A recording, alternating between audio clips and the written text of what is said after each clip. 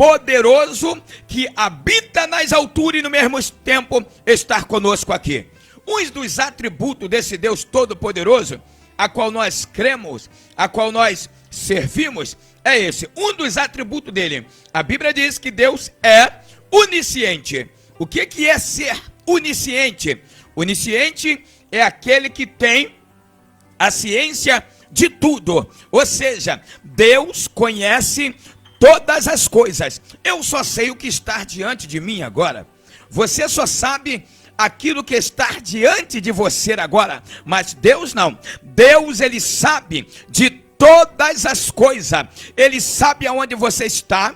Ele sabe o que você precisa. Ele sabe da resposta que você vem pedindo a Deus. Ele sabe aonde está alojado essa enfermidade a qual os médicos falou que não tem jeito. Deus, ele sabe de tudo. E quem sabe nesta tarde é a hora da tua vitória. Por quê? Porque esse Deus está presente em nossas vidas. Outro atributo de Deus também é que ele é presciente, ou seja, aquele que tem o poder de saber de tudo antecipadamente, mesmo antes de acontecer. Somente Deus sabe de tudo. Somente Deus é presciente, que tem o poder de saber de tudo antes de acontecer. Deus sabe do que passou.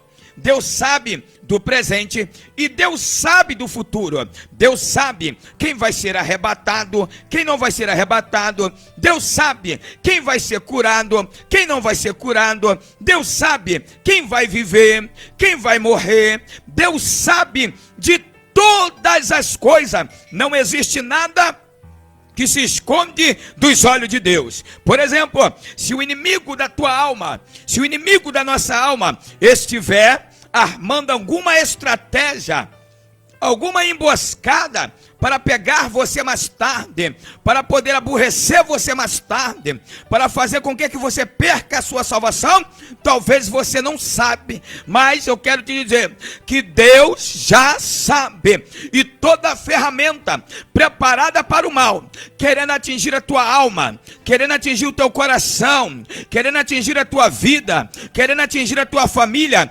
nesta tarde está sendo repreendido em nome do Senhor Jesus, porque talvez você nem sabe, mas pela presciência de Deus, Deus já sabe e está cortando o laço nesta tarde. Somente Deus é presciente, somente Deus é onisciente.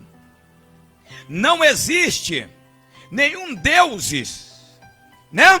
Não existe nenhum deuses, nenhuma pessoa, por mais poderosa que seja presciente, que seja onipotente.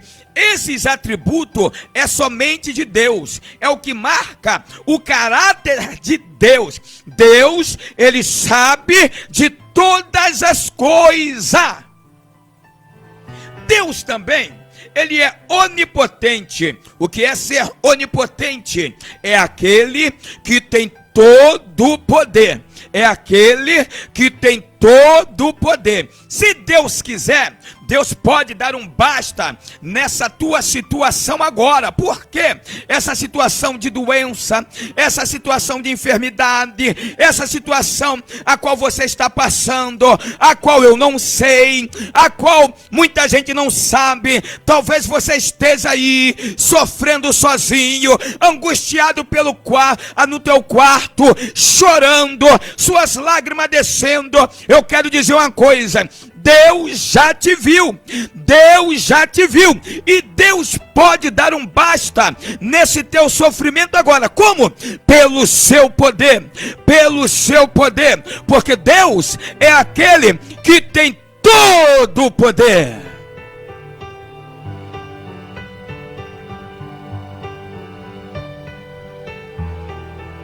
Deus, ele não tem como desafiá-lo a Deus.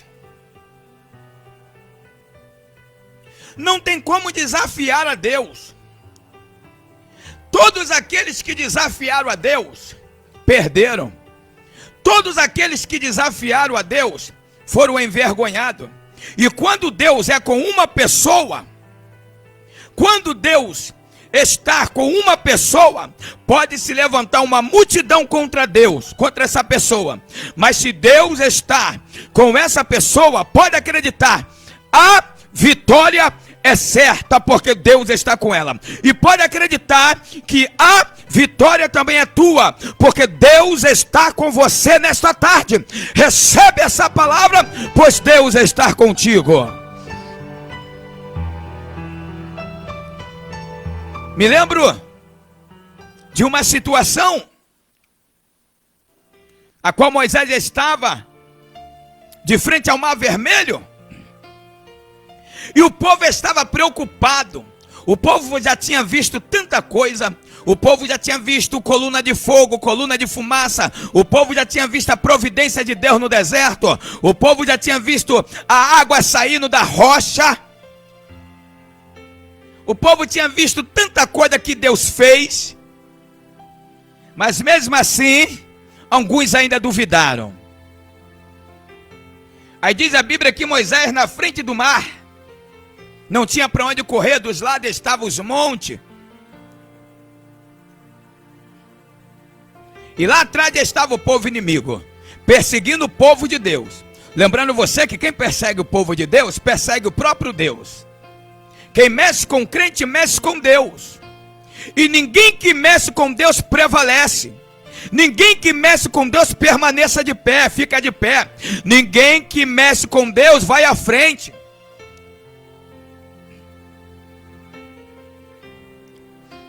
A Bíblia diz que o povo reclama com Moisés. Reclama com Moisés. E Moisés, ele vai falar com Deus. Deus, o mar está aí, Senhor. Faraó está lá atrás, não tem para onde correr. O que nós vamos fazer agora? Aí Deus deu a ordem. Moisés, por que tu clamas a mim? Dizem aos filhos de Israel que marchem. Ou seja, quando Deus fala, Moisés, porque clamas a mim, Deus está dizendo, Moisés, você já sabe o que tem que fazer, Moisés. Marcha, marcha, vai em frente. Tem gente que sabe o que tem que fazer e não faz. Tem gente que sabe que tem situação que só vence com jejum e com oração. Deus está dizendo, meu filho, você não sabe que tem que orar? Você não sabe que tem que jejuar? Você não sabe que tem que marchar na oração? Você não sabe que tem que marchar nos montes? Você não sabe que tem que marchar pelas madrugadas de joelho orando?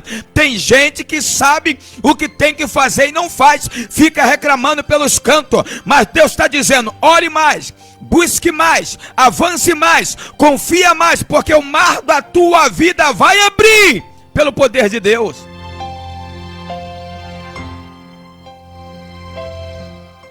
A Bíblia diz que Moisés, ele vai em frente, pega o seu cajado. Diz a Bíblia que Moisés toca no cajado, toca na água com aquele cajado.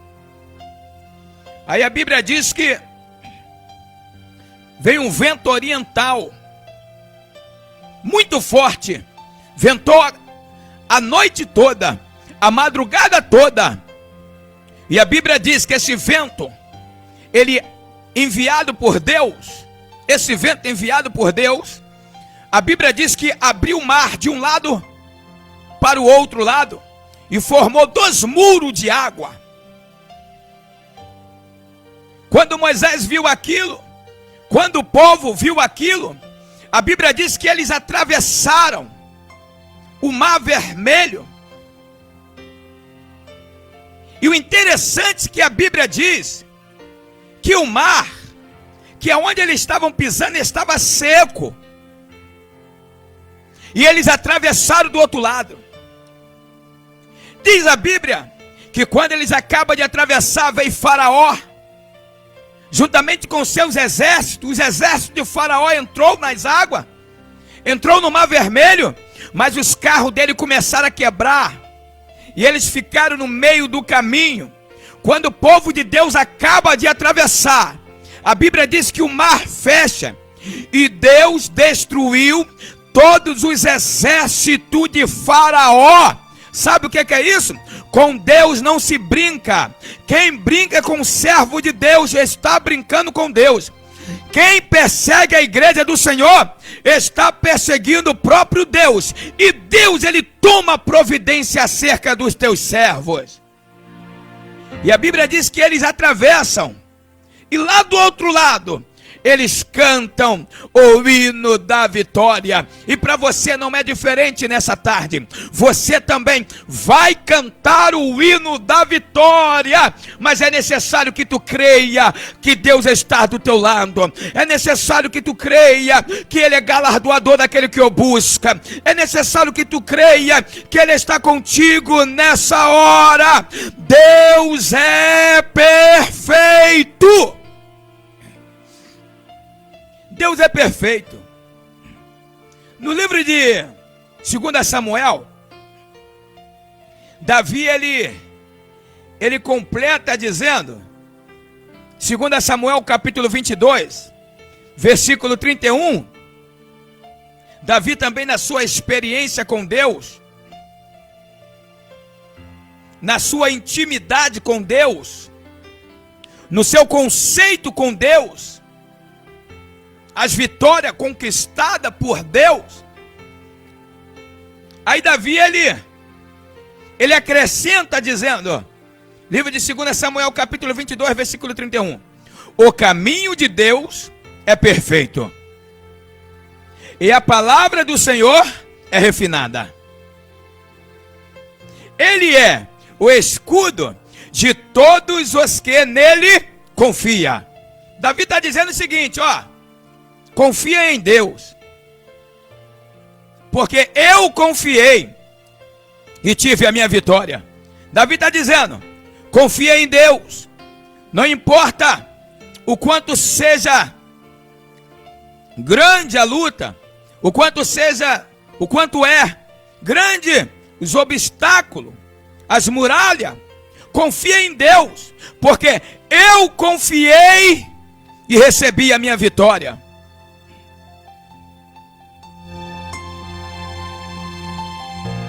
Confia no Senhor.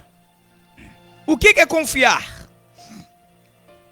Confiar é você depositar a sua confiança em alguém a ponto de você deixar aquilo que é de mais importante sob o controle dele, sobre as mãos dele, sobre o poder dele. E você tem certeza e a convicção que ele não vai te decepcionar. Aí Davi fala, confia em Deus. Eu confiei e tive vitória. Os seus caminhos são perfeitos. Deus não erra, meus irmãos. Deus nunca errou. E nem vai errar.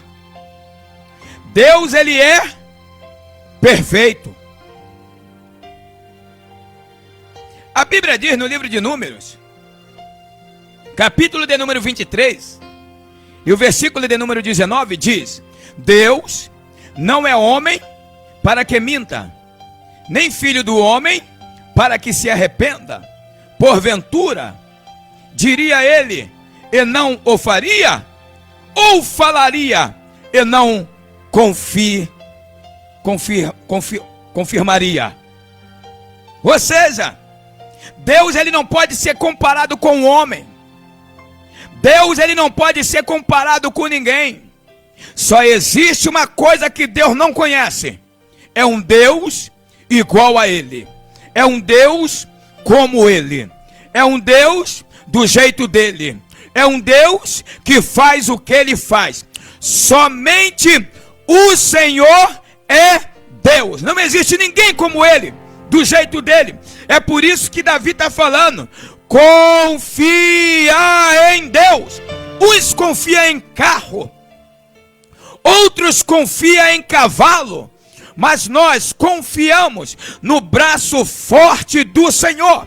E esse braço forte do Senhor, está entrando na tua casa agora, está trabalhando na tua vida, está trabalhando na sua empresa, está trabalhando na sua saúde, mas é necessário, creia em Deus, creia, acreditar, confiar,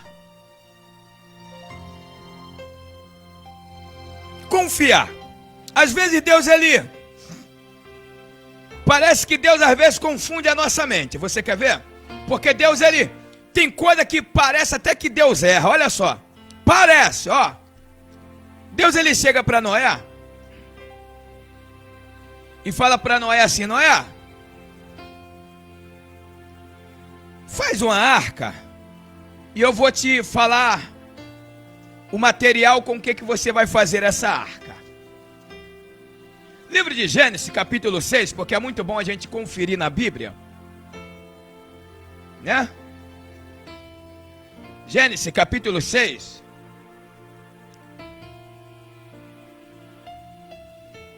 Capítulo 6, versículo 13. Ó. Então disse Deus a Noé: o fim de toda a carne é chegada, né? O fim de toda a carne é chegada, é vindo perante a minha face, porque a terra está cheia de violência, e eis que o destruirei com a terra. Com a terra. Versículo 14. Fazes para ti uma arca da madeira de górfer. O nome dessa madeira me chamou a atenção,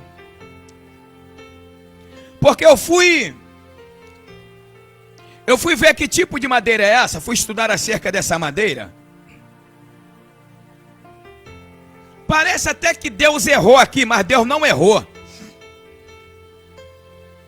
Porque Deus não erra, Deus é perfeito. Deus é perfeito, Deus não erra.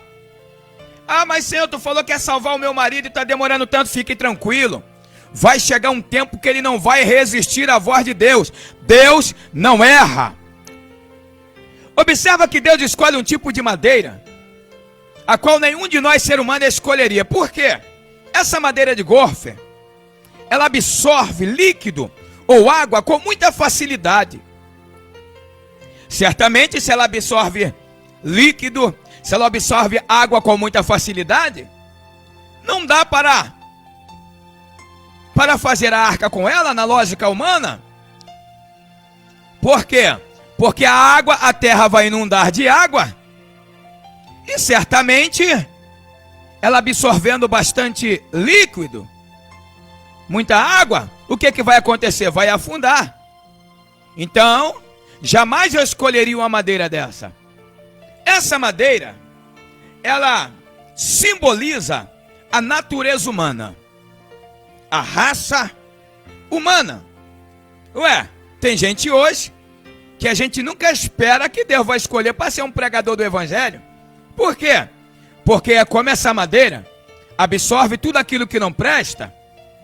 Hoje bebe, hoje fuma, hoje faz coisa errada, hoje chega de madrugada em casa, hoje não tem responsabilidade, hoje entristece a mãe, hoje entristece o pai, hoje entristece a esposa, hoje entristece os filhos. É como essa madeira, absorve tudo aquilo que não presta. Mas Deus escolheu essa madeira, e você que vive nessa situação é semelhante a essa madeira. Deus também escolheu você, mesmo nessa situação, mesmo fazendo tudo isso que eu falei aqui agora. Para quê? Para que Ele derrame sobre você o Espírito Santo e transforme a sua vida. Aí aquele que não pregava agora prega, aquele que fumava agora não fuma mais, aquele que andava de madrugada em casa agora não chega mais, aquele que fazia a mulher sofrer agora não faz mais, aquele que maltratava os filhos não maltrata mais, aquele que enganava não engana mais. Por quê? Porque Deus entrou na tua vida e o Espírito Santo de Deus transformou você. Talvez ninguém te escolheria para colocar você em uma posição de honra, mas Deus já te olhou e te escolheu. Basta você agora olhar para Jesus e falar: eu aceito o seu chamado. Veja bem, meus irmãos. Essa madeira de gôfer está registrado no livro de Gênesis, capítulo 6, versículo 14. Confere comigo na sua casa. Esta madeira era uma madeira que, além de absorver líquido com facilidade, ela também é muito fácil trabalhar com ela. Então Deus, ele escolhe uma madeira que ele possa ter habilidade de trabalhar com ela, porque Deus estava com pressa. Então tinha que ser uma madeira onde o prego entra com facilidade. Tinha que ser uma madeira onde o serrote poderia cortar com facilidade, porque eu acredito que nesse tempo não existia maquita, né? Outras coisas parecidas. Então tinha que ser algo para que Deus pudesse trabalhar e a arca pudesse ficar pronta em pouco tempo. Porque Deus tinha pressa. Aí Deus escolheu essa madeira. É como hoje. Deus tem pressa de salvar você. Deus tem pressa de libertar você. Deus tem pressa de transformar você. Deus tem pressa em entrar no seu coração. Veja bem. Veja bem. Essa madeira simboliza a raça humana por causa da sua fragilidade. Mas observa essa explicação que eu quero te dar aqui. Diz a Bíblia que após Moisés fazer a arca com esta madeira frágil,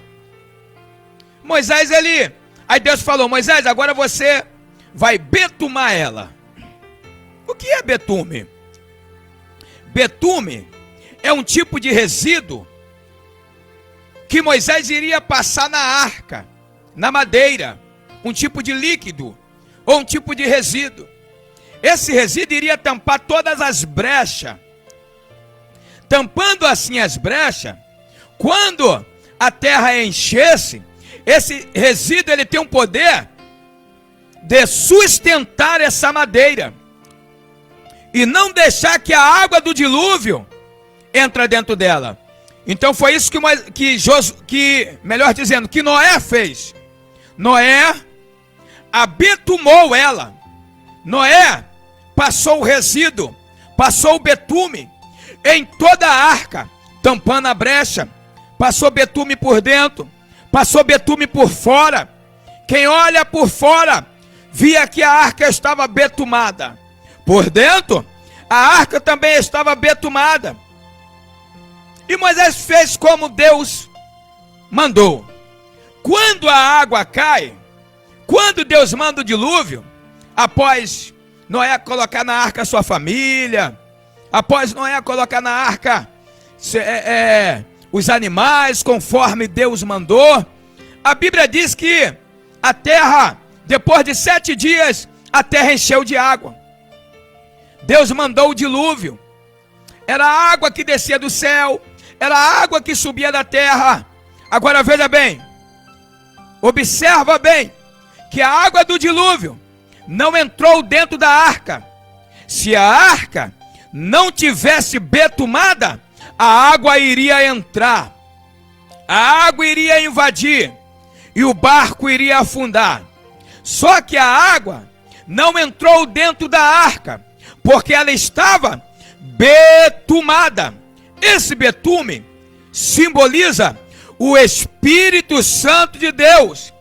O Espírito Santo de Deus. A arca, a madeira, simboliza a raça humana. Se o Espírito Santo de Deus, se você der lugar, o Espírito Santo de Deus, a tribulação desse mundo vai bater na tua arca e vai voltar, mas não vai entrar no teu coração. Existem algumas pessoas que andam atribulada do coração, atribulada da mente, preocupada, não dorme, não come, vive em depressão, vive preocupado. Está te faltando? É betume. Nesta tarde, o Espírito Santo de Deus, como betume, ele vai limpar a tua vida. Ele está betumando o teu coração, ele está betumando o teu corpo, ele está betumando o teu espírito, ele está betumando a tua alma. O problema não é a madeira, o problema é o betume. A madeira pode ser fraca, mas o betume fortalece. Você pode ser fraco, mas Deus te fortalece. Você pode estar chorando, mas Deus vai enxugar dos seus olhos nesta tarde todas as lágrimas. Eu quero profetizar nesta tarde vitória para a tua vida, vitória para a tua família, vitória para o seu relacionamento.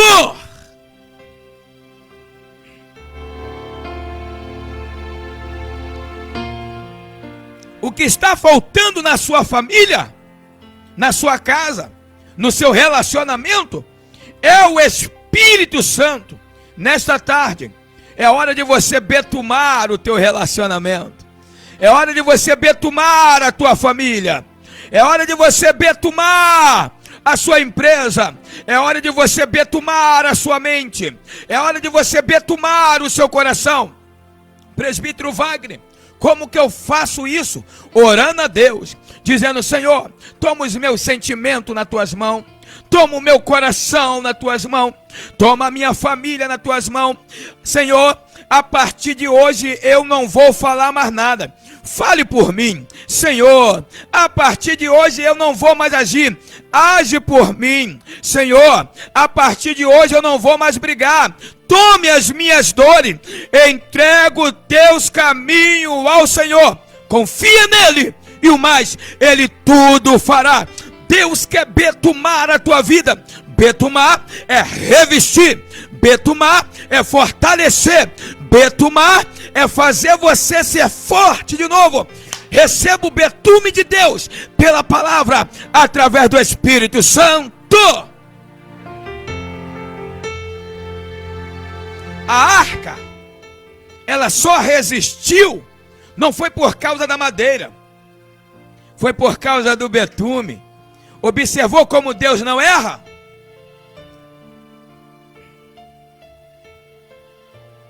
Então, quando Deus te escolheu, apesar de você estar fraquinho aí, precisando de uma renovação na tua vida, eu quero te dizer que Deus não errou. Deus não errou. Deus fez a escolha certa. Agora Deus está esperando você se levantar. Olha só, quem olhava para Abraão na cidade de Ur dos Caldeus, Babilônia, uma cidade idólatra, voltada para os ídolos, ninguém escolheria Abraão, nenhum homem escolheria Abraão para fazer dele uma grande nação, mas Deus escolheu. Deus escolheu. Deus, ele pediu duas coisas a Abraão, só duas coisas. Primeiro, anda na minha presença e ser perfeito. Deus pediu a perfeição e Deus pediu a imperfeição. Já lhe explico. Melhor dizendo, a perfeição, né? Ó, anda na minha presença, Deus pediu. O possível, melhor dizendo, perdão, Deus pediu o possível e Deus pediu o impossível. Veja bem, ó, anda na minha presença e ser perfeito. Observa comigo. Andar na presença de Deus não é tão difícil. Requer um sacrifício? Sim, mas não é tão difícil. Orar, buscar a Deus, evitar de pecar, evitar de errar, viver a palavra, andar na presença de Deus. A Bíblia diz que Enoque pegou uma intimidade tão grande com Deus. Diz a Bíblia, Enoque andou com Deus e Deus o tomou para si. Aí Deus pede também um impossível. Que impossível é esse? É de ser perfeito. Ser perfeito. Mas o que Deus já estava dizendo para Abraão? Abraão, anda na minha presença e ser perfeito. Essa questão de ser perfeito é que Deus queria que Abraão melhorasse de dia a dia. é que Deus queria que Abraão buscasse a perfeição. Ninguém é perfeito de uma hora para outra. Mas Deus está falando para Abraão: Abraão, olha, procure melhorar. Procure melhorar. Ser perfeito, anda na minha presença, procure melhorar. Ande na minha presença e seja perfeito. Deus está dizendo para Abraão o seguinte: Abraão, vai se aperfeiçoando, vai se aperfeiçoando, vai melhorando, vai confiando. Eu vou cumprir todas as minhas promessas na tua vida, mas anda na minha presença e ser perfeito. Nós só iremos alcançar o grau de perfeição quando Cristo arrebatar a nossa igreja. Cristo arrebatar a sua igreja. Por enquanto, nós estamos fazendo como Abraão. Estamos andando na presença dele. Estamos nos aperfeiçoando. Nos aperfeiçoando para chegar dias perfeitos. Deus é fiel. Deus não erra. Deus, quando escolheu você, não erra. E você fala: logo eu que bebo, eu que fumo, eu que ando em rodas dos escarnecedores, eu digo a você: é você. Deus te escolheu. Deus te escolheu para transformar a sua vida. Deus te escolheu que sabe que você pode ser um pregador do evangelho. Deus te escolheu que sabe que você pode ser útil à pregação do seu reino. Livro de 2 Timóteo, capítulo de número 2, versículo de número 11 e o versículo de número 13. Timóteo, capítulo 2, de 11 ao 13. Diz assim, ó: Deus é fiel, ó. A palavra é fiel. Palavra fiel é essa: que se morrermos com Ele, também com Ele viveremos. Se sofrermos, também com Ele reinaremos. Se o negarmos, também Ele nos negará.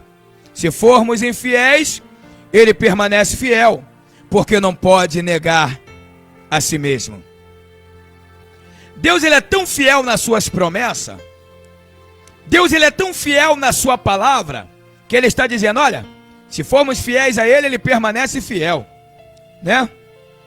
Mas, se nós formos infiéis, Deus não tem como ser infiel. Você pode aborrecer a Deus, Ele vai continuar sendo fiel. Você pode entristecer a Deus, Ele vai continuar sendo fiel. Você pode entrar na igreja, sair da igreja, Deus vai continuar sendo fiel. Ainda que você seja infiel, a Bíblia diz que Deus permanece fiel. Deus tem um compromisso com a sua palavra. Ele é a própria palavra. Ele não pode negar a si mesmo. Isso quer dizer o seguinte: se Deus te prometeu, Ele é fiel para cumprir. Ah, presbítero Wagner, mas eu estou fora do propósito dele hoje. Volte correndo. Busque a Deus correndo. Abra o seu coração para Deus correndo. Porque à medida que você abrir, voltar para Deus, confiar para Deus, o propósito dará continuidade. Se Ele te prometeu, se tu tomar uma posição e confiar em Deus, Ele é fiel para cumprir. Por quê? Porque uma vez que Ele te prometeu, não pode negar a si mesmo. Deus é fiel.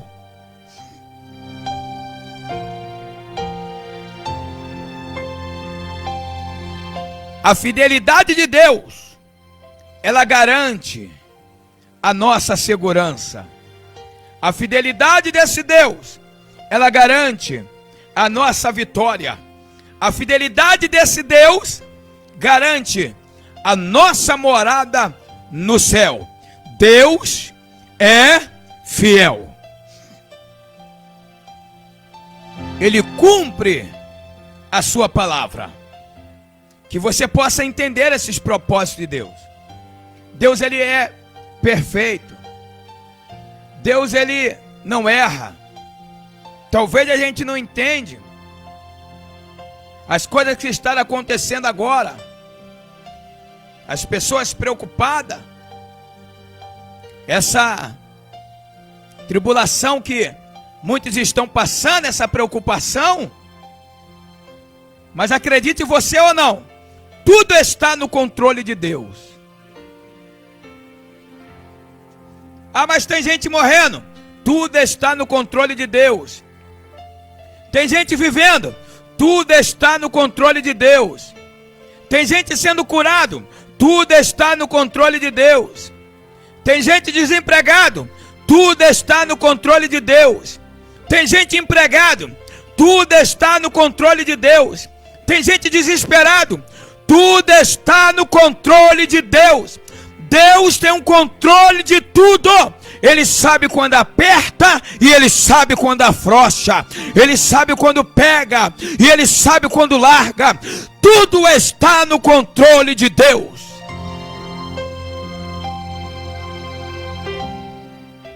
Por isso, eu te faço um convite. Entrega os teus caminhos ao Senhor. Entrega os teus caminhos ao Senhor. Confia nele. E o mais tudo Ele fará. E o mais tudo Ele fará. Que essa palavra ela possa ter guarida no seu coração. Que você possa confiar em Deus. Apesar da tempestade, dos problemas. Mas saiba que Deus é fiel. Saiba que Deus é poderoso. E que Ele pode todas as coisas. Entrega o teu coração ao Senhor. Confia nele de todo o teu coração.